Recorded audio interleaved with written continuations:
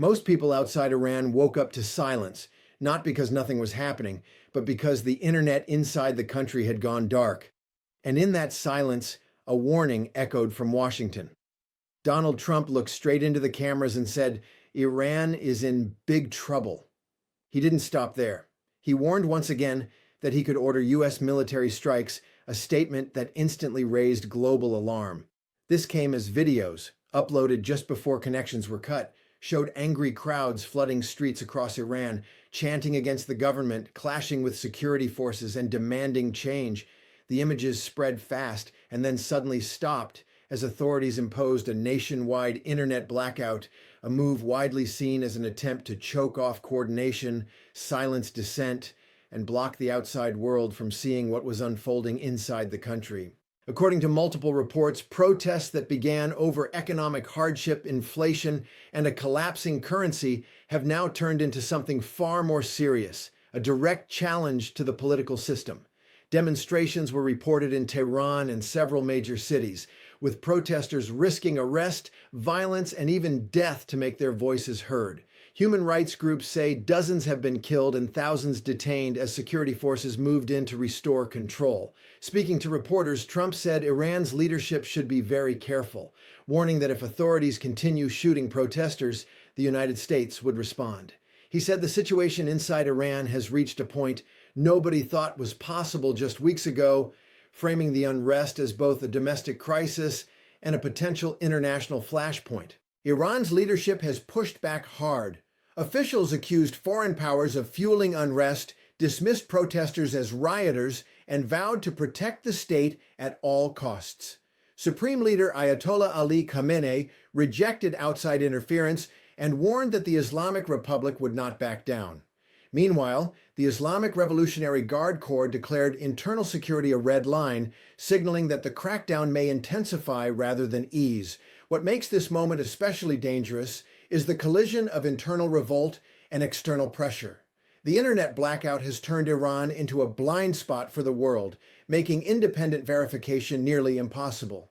At the same time, Trump's rhetoric, while aimed at deterring violence, risks escalating tensions with a country already under extreme stress. This is no longer just a story about protests or politics.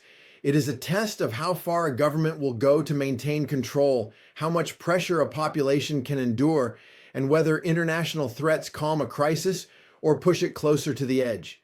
As Iran remains largely offline and the streets remain tense, the world is watching closely, waiting to see what breaks first, the protests, the crackdown, or the fragile balance holding both sides back. At first, it didn't feel like a breaking news moment. There was no official announcement from Tehran, no live press conference, no clear explanation. Instead, there was something far more telling: silence. Screens stopped refreshing, messages stopped sending, and suddenly millions of people inside Iran were cut off from the outside world. And almost at the same moment that silence spread, Donald Trump delivered a blunt warning: Iran is in big trouble. Trump didn't speak cautiously. He didn't use diplomatic language. He warned that if Iranian authorities continue using force against protesters, the United States could respond militarily. It was a statement designed to be heard not just in Tehran, but across the region, and it came as videos uploaded just before the blackout showed anti-government protests erupting across Iranian cities. Those final clips were raw and chaotic. Crowds chanting against the leadership, security forces pushing back, fires burning in the streets, ordinary people, the students, workers, families, shouting slogans that went far beyond economic complaints. What began weeks ago as anger over inflation, unemployment, and a collapsing currency has now evolved into a direct challenge to the political system itself. As the protests spread, authorities responded with a familiar tactic: cut the internet. Network monitoring groups confirmed widespread shutdowns, effectively isolating Iran from the world. The goal was clear: disrupt coordination among protesters, slow the spread of images, and control the narrative. But even in darkness, fragments of information continued to leak out, suggesting the unrest is broader and deeper than officials admit. Human rights organizations report dozens of deaths and thousands of arrests, though exact numbers remain impossible to verify due to the blackout. Security forces, including the Islamic Revolutionary Guard Corps, have declared internal security a red line, signaling that the state is prepared to escalate force if necessary. Iranian leaders have dismissed the protests as foreign-inspired unrest, accusing outside powers of trying to destabilize the country. From Washington, Trump framed his warning as a message of deterrence. He said the U.S. would not tolerate mass violence against civilians and claimed the situation inside Iran has reached a level nobody thought was possible just weeks ago. His comments were clearly meant to pressure Iran's leadership, but they also raised fears of a dangerous escalation. Because this crisis is no longer confined within Iran's borders, it now sits at the intersection of domestic rebellion and global geopolitics. Any major crackdown could trigger stronger international reactions. Any U.S. military move could unite Iran's leadership internally while inflaming regional tensions. And with communication channels severed, the risk of miscalculation grows by the hour. What makes this moment especially volatile is uncertainty. The world cannot fully see what is happening on the ground. Protesters do not know how far the state will go, and global powers are reacting to fragments of information in real time. History shows that moments like this, when a country goes dark and warnings turn sharp, are often turning points. For now, Iran remains largely offline, its streets tense, its leadership defiant, and its people unheard beyond brief flashes of video and leaked messages. And as Trump's warning reverberates across capitals, one question hangs in the air. Is this the beginning of de-escalation through pressure, or the first step towards something far more dangerous? And beneath all of this lies a deeper fear that this moment may not be reversible. When governments shut down the internet, it is rarely a sign of confidence. It is a signal that control is slipping, that information itself has become a threat. Inside Iran, families are struggling to contact loved ones. Businesses are frozen. Hospitals, universities, and emergency services are operating under strain. Daily life is disrupted not by bombs or sanctions, but by isolation. For protesters, the blackout changes everything. Without coordination, gatherings become more dangerous.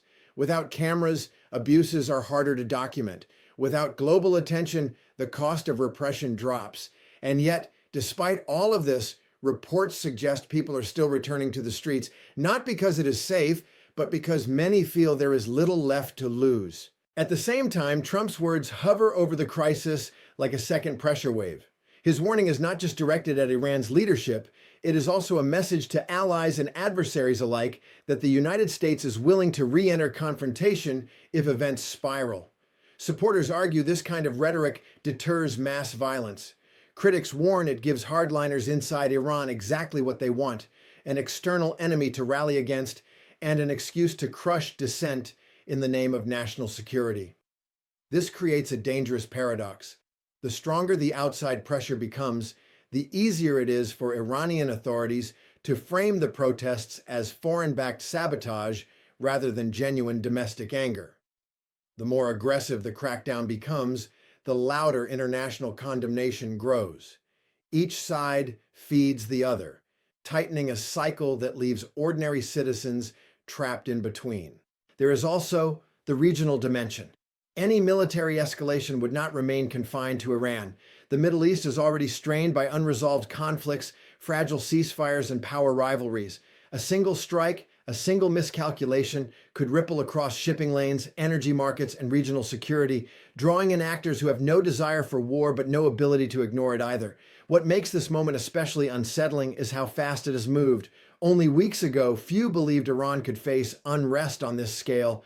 Only days ago, the idea of a nationwide blackout seemed extreme, and now the country is effectively cut off, its leadership under pressure from within, and its fate being debated openly by global powers. History is filled with moments that look quiet on the surface but later define entire decades, moments when silence was not peace but tension gathering strength. Iran may now be standing at one of those points where repression and resistance collide, where warnings turn sharper, and where every decision carries consequences far beyond its borders.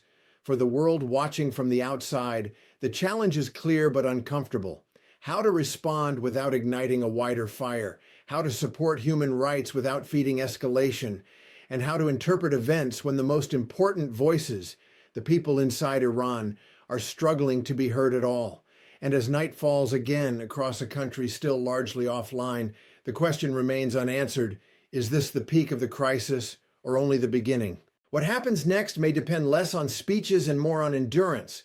Protests are not measured only by their size, but by how long people are willing to return to the streets despite fear, arrests, and silence.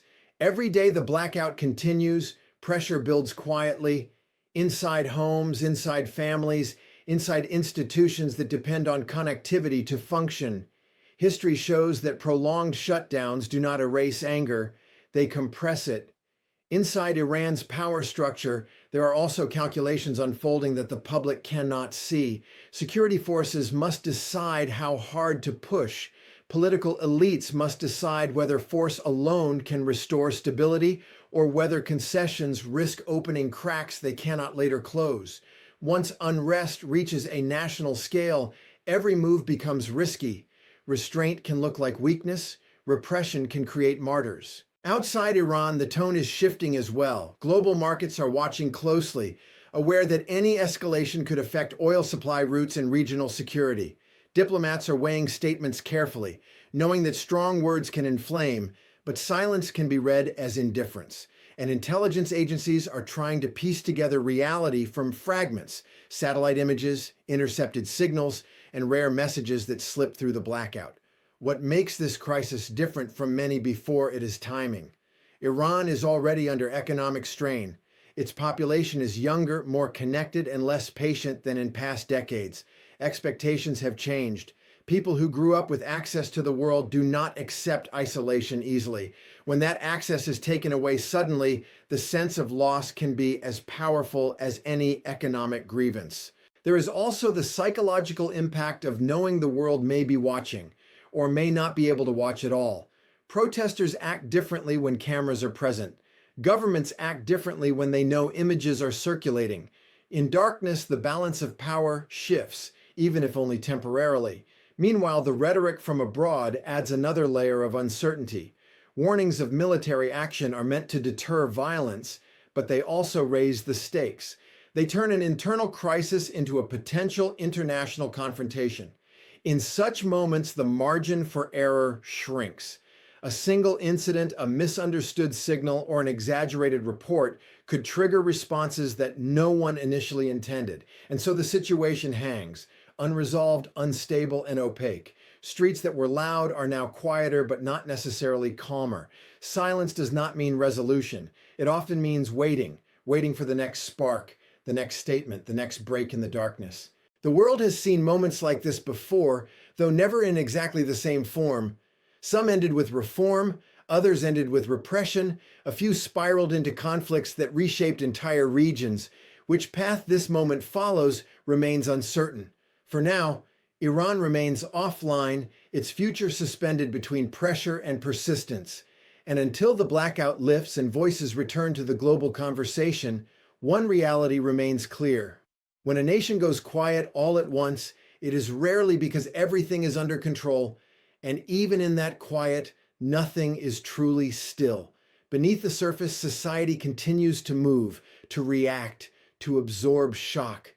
When people are denied a voice, frustration doesn't disappear, and it hardens. In homes, in workplaces, in universities, conversations continue in whispers, trust erodes, fear spreads unevenly, but determination does too.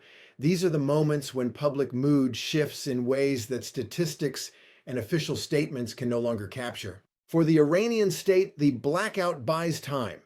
But time is not always an ally. The longer the shutdown lasts, the clearer it becomes that the problem is not just protests, but legitimacy. Modern governments depend on connection as much as control. Cutting that connection weakens not only protesters, but the state's own ability to manage the economy, public services, and daily governance. Every extra day offline adds invisible costs. At the same time, the world outside Iran is forced to interpret shadows. Analysts debate whether the protests are peaking or merely pausing. Some believe the crackdown will succeed, as it has before. Others argue this wave is different, broader, angrier, and less willing to retreat. Without clear data, every assessment becomes provisional, every forecast uncertain. Hovering above it all are the consequences of escalation. Military threats, even when framed as deterrence, reshape calculations inside Iran. Hardliners feel validated, moderates lose space to maneuver, nationalist narratives grow stronger, and once rhetoric reaches a certain level, stepping back becomes politically costly for everyone involved. What makes this moment so fragile is that no side fully controls the outcome. Protesters cannot predict how harsh the response will be. Authorities cannot be sure force will restore calm. External powers cannot know whether pressure will restrain violence or accelerate it. Each actor moves based on incomplete information, amplifying the risk of unintended consequences. History suggests that crises like this rarely end with a single dramatic moment. They fade, fracture, or transform. Sometimes protests dissolve quietly. Sometimes they return stronger after silence. Sometimes the system adapts just enough to survive. And sometimes, long after the cameras move on, the real change begins out of sight. For now, Iran exists in a kind of suspended state, neither fully erupting nor fully settling. The streets may appear calmer, but the tension has not left.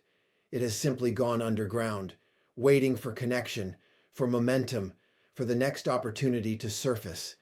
And beyond Iran, governments, markets, and ordinary people are left watching a blackout map and listening to sharp warnings, trying to read meaning into what cannot yet be seen. Because moments like this are rarely just about the present. They are about trajectories, about where pressure, fear, and resolve eventually lead.